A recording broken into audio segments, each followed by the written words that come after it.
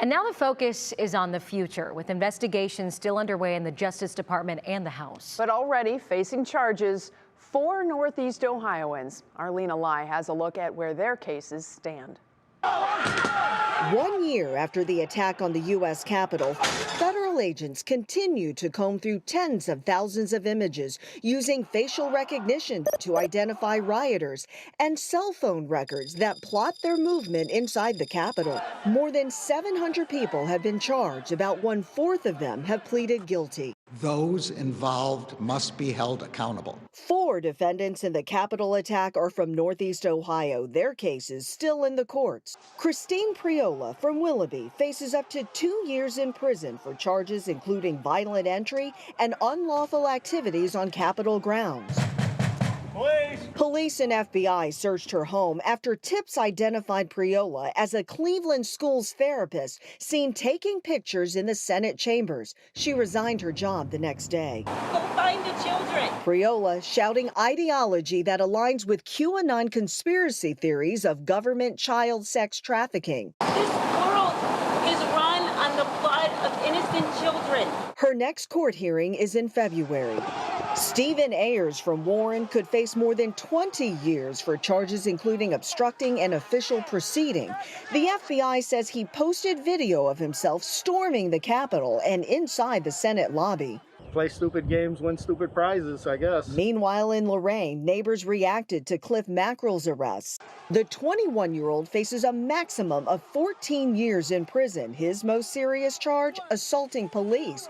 Prosecutors say here he is, wearing a protective mask and pushing against the police line, later striking an officer several times. And amid a cloud of bear spray, Mackrell is accused of grabbing an officer's gas mask to expose the officer to the spray. He's now trying to cut a plea deal. We tried to reach Doug Wright at his Canton home, but got no answer. Wright faces a slew of charges that carry more than 30 years in prison. Prosecutors say he sent Facebook messages expressing his intent to fight police and to participate in war.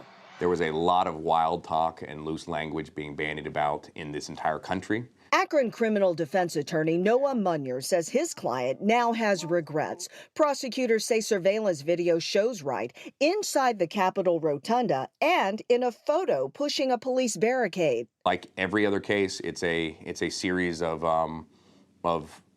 mitigations.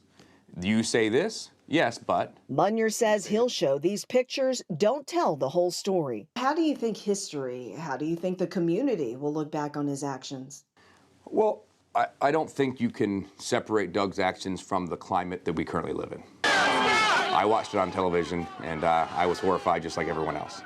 But a lot of people weren't horrified. A lot of people in every single town in America said, yeah, that's a good idea. So, you know, the divisions that created this issue are not gone. A decades-long sentence is not likely for these Northeast Ohio defendants. In fact, so far, the longest sentence stemming from January 6th was handed down to a Florida man last month who physically assaulted police officers with a fire extinguisher and a pole, and he was sentenced to 5 years in prison. In the newsroom, Lena Lai, 3 News.